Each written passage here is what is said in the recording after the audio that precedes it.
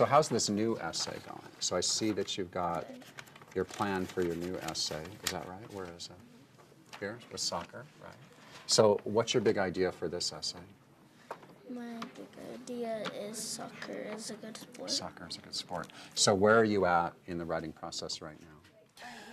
Conferring plays a really important role in formative assessment because I think it's the best way for me that I can learn about the writer and also about the writing. If I only were concerned about the writing, I can just take their writer's notebooks home every night and take notes, and then teach a mini lesson and let them work, and then take their writing notebooks home, take notes, do a mini lesson, and continue in that pattern.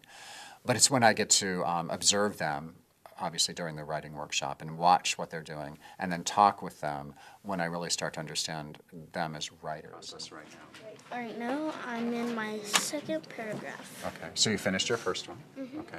So what would you like me to do to support you today? Do you want me to read, do you want to read your first paragraph and see if I have any advice for you, or do you want to talk about your plan for your second one? What would you like to do? I'll read my first paragraph. Okay, and then is it okay if I give you advice if I notice something you may add? Is that okay? Okay, so go ahead and read your first paragraph. Soccer is a good sport because me and Edwin always get to play against each other, and when it's recess time, me and Edwin dash to the soccer field.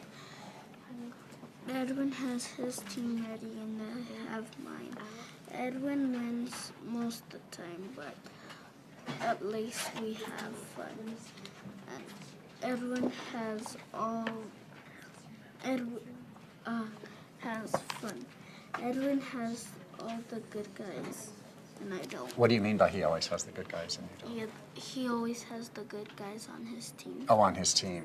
By good guys, you mean what do you mean by good Good guys? soccer The players. good soccer players. But you still have fun. Is that right? So one thing that you've done a really good job of is that even though you don't always win, you really help the reader to believe that you think soccer is a great sport. Okay. And I also noticed that Edwin is part of this piece as well, so he's really an important. Joshua and Edwin are sitting next to each other, and it's clear that they're friends because of the topics that they write about.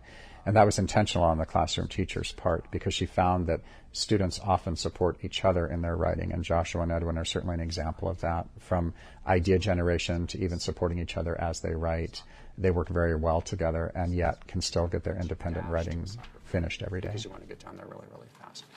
One thing I'm wondering about this paragraph, just because it helped this one back here so much, I'm wondering if you could tell about a time, just like here you told about a time you made up a game, that was like a little story. I'm wondering if in this paragraph, could you add a little story about one time that you played against Edwin, but it was still a good time? Can you think about one small story that happened? If I do ever tell them something, then I try to frame it in terms of telling them something they've done already. So that happened several times in the essay unit today. I would notice that when we were working with the students on essay writing, that in a previous essay students had told a little story or done some really good work with describing. So then when they were showing me their current essay, then a common prompt might be, why don't you add something like this since you already did it over here and you're doing a really good job? I wonder if that would make it stronger here. So if I do actually tell them, do this, then I would say almost 100% of the time it's because they've already done it already, and I just want them to understand that they can use that skill again. So on Friday, Some of the girls at recess played too, and my teacher, Miss Goodman, and we both had a tie. And you both had a tie. Now, was that one of the times that you played against Edwin? Would that fit in this topic? Okay. That was last Friday. That was last Friday. So I'm wondering if you could add that story in this paragraph. Do you think that would help to add that little story? Okay. So what I'm going to suggest is, I don't want you to do any erasing. Look at this great work you've already done on the second paragraph.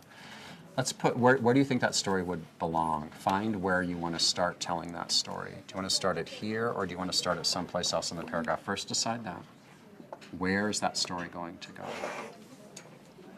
Here. It's going to go right at the end? It's going to go right at the end? Okay. So what I'm going to do is just put a little mark here, a little star. And then could you write that story on this side? That's why we leave blank room a lot of times on this side of the page. I'm just going to put a little mark here. The same mark is here. Could you write that story right there, and then you'll know where it goes? Okay. And then when you're done with this, you could also circle it and put an arrow over here, just like we talked about last week if you want to. Because this is just our draft. So could you tell us your little story? How's it going to start?